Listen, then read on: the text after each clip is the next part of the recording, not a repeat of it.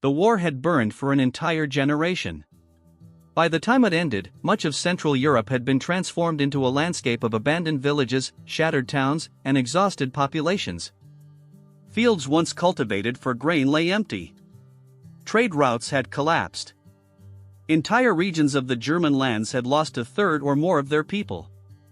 What began in 1618 as a political and religious dispute inside the Holy Roman Empire had expanded into one of the most destructive conflicts Europe had ever experienced. When the peace agreements were finally signed in 1648, the fighting stopped, but the devastation left behind would shape European history for centuries.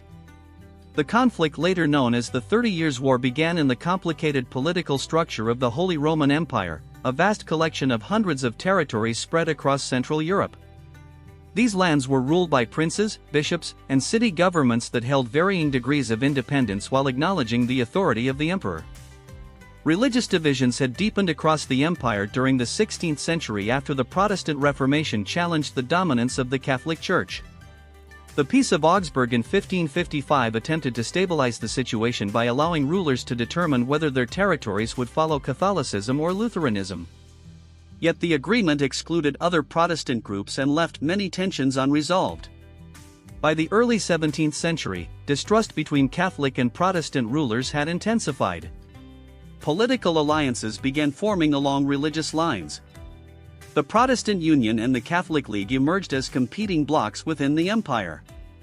At the same time, powerful neighboring states, including Spain, France, Sweden, and Denmark, watched the situation closely. The fragmented political system of the empire meant that a local crisis could easily draw in outside powers. The spark came in 1618 in the Kingdom of Bohemia, a largely Protestant region under the rule of the Catholic Habsburg dynasty. When Emperor Matthias prepared for the succession of Ferdinand of Styria, a committed supporter of Catholic reform, many Bohemian nobles feared restrictions on their religious rights. Their protest reached a dramatic moment in May 1618 when a group of nobles confronted imperial officials at Prague Castle. The officials were thrown from a high window in what became known as the Defenestration of Prague. Although the men survived the fall, the act symbolized open rebellion against imperial authority. The Bohemian uprising soon escalated into armed conflict.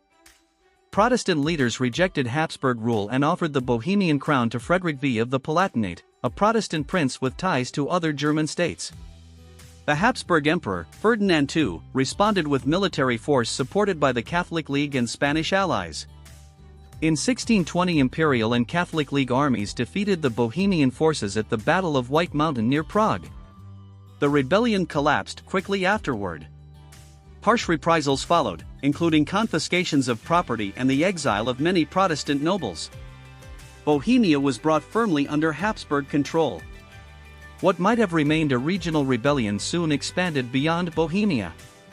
Protestant rulers elsewhere in the empire grew concerned about the growing strength of the emperor and the Catholic League. In 1625, the Danish king Christian IV, who also ruled territories within the empire, entered the war in support of Protestant interests. His intervention marked the beginning of a new phase of the conflict. Imperial forces under the command of generals such as Johann Cercles, Count of Tilly, and Albrecht von Wallenstein pushed back against the Danish armies. Wallenstein in particular became one of the most influential military figures of the war. He built large armies through a system that relied heavily on contributions and supplies taken from the territories where soldiers were stationed. This method allowed the imperial army to grow rapidly but also placed enormous burdens on civilian populations. The Danish campaign ended in defeat for Christian IV by 1629. The emperor appeared stronger than at any point in the conflict. That same year, Ferdinand II issued the Edict of Restitution, which sought to restore many properties that had been secularized by Protestant rulers back to the Catholic Church. The decree alarmed Protestant states and even some Catholic princes who feared excessive imperial power. The war, which had already expanded geographically, was about to draw in another major participant.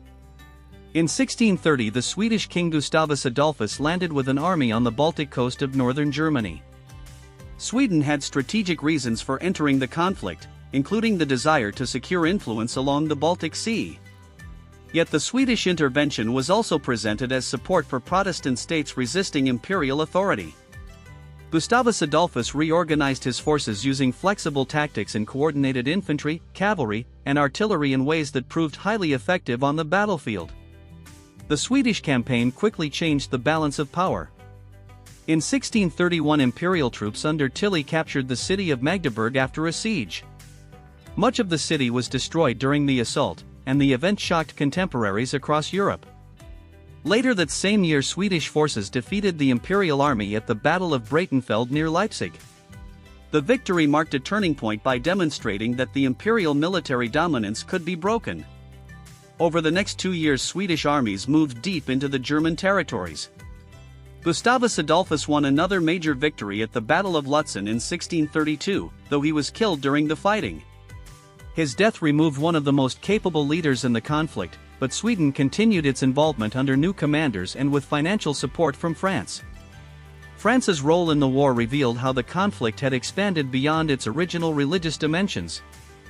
Although France was a Catholic kingdom, its government under Cardinal Richelieu viewed the Habsburg dynasties of Spain and the Holy Roman Empire as strategic rivals. French leaders feared being surrounded by Habsburg territories. In 1635, France entered the war directly against Spain and the Emperor, transforming the struggle into a broader European power contest. As more armies marched across Central Europe, the burden on civilian populations intensified. Military forces often relied on requisitioning food, livestock, and supplies from the areas where they operated. When resources were exhausted, soldiers moved elsewhere, leaving behind communities that struggled to recover. Harvests failed in many regions as farmland was abandoned or destroyed. Trade networks collapsed as roads became unsafe and markets disappeared. The spread of disease compounded the hardship. Crowded camps, poor sanitation, and malnutrition allowed epidemics to move quickly through both military and civilian populations. Contemporary observers described entire districts where villages had been deserted. The exact scale of population loss varied from region to region, but historians estimate that millions of people died during the decades of fighting, famine, and disease. Some parts of the German lands may have lost between 20 and 40% of their inhabitants. Political authority across the Holy Roman Empire weakened as the war dragged on. Local rulers struggled to maintain order while armies from different factions moved through their territories. In some places, fortifications were built or rebuilt as communities attempted to defend themselves. In others, populations fled to forests or neighboring regions to escape the conflict.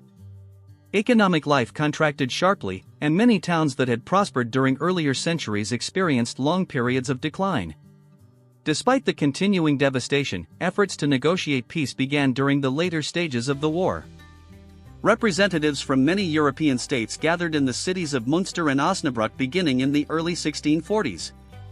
Diplomats worked through complex issues involving territorial control, religious rights, and the balance of power within the empire. The negotiations lasted several years while fighting continued in many areas. By 1648, the exhaustion of the major participants made a settlement increasingly necessary. The agreements that concluded the conflict became known collectively as the Peace of Westphalia. The treaties addressed both the internal structure of the Holy Roman Empire and the broader European political landscape. One major provision confirmed the rights of imperial princes to conduct their own foreign policies, provided these actions were not directed against the emperor or the empire itself. This measure reinforced the decentralized nature of the empire and limited the authority of the Habsburg emperor over its many territories. Religious arrangements were also revised. In addition to Catholicism and Lutheranism, Calvinism was formally recognized, reflecting the realities of religious diversity that had developed since the Reformation.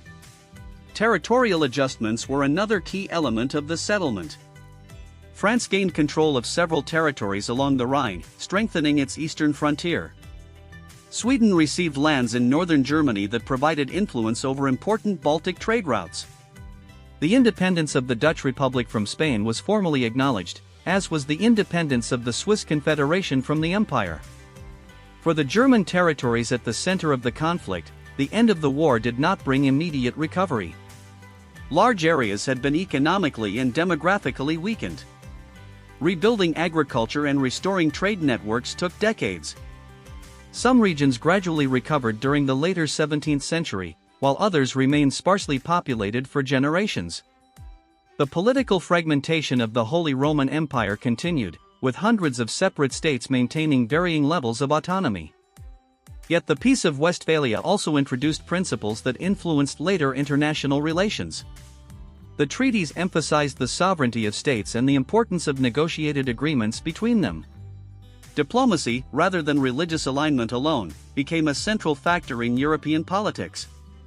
Although conflicts would continue across the continent, the settlement marked a significant shift in how political authority and territorial rights were understood. The memory of the war remained powerful in Central Europe. Chroniclers and local records preserved accounts of disrupted communities and long years of uncertainty. Churches, town halls, and fortifications rebuilt after the conflict stood as reminders of the destruction that had taken place. Population levels slowly increased again during the late 17th and early 18th centuries as migration and natural growth helped restore many regions. In retrospect, the 30 Years' War represented a turning point in European history. What began as a dispute over religious authority within a fragmented empire evolved into a prolonged struggle involving many of the continent's major powers. Its consequences reached beyond the battlefield, reshaping political institutions, altering demographic patterns, and redefining diplomatic relationships. By the time the final treaties were signed in 1648, an entire generation had lived and died during the conflict. The devastation across the German lands illustrated the immense cost of prolonged warfare in a politically divided landscape.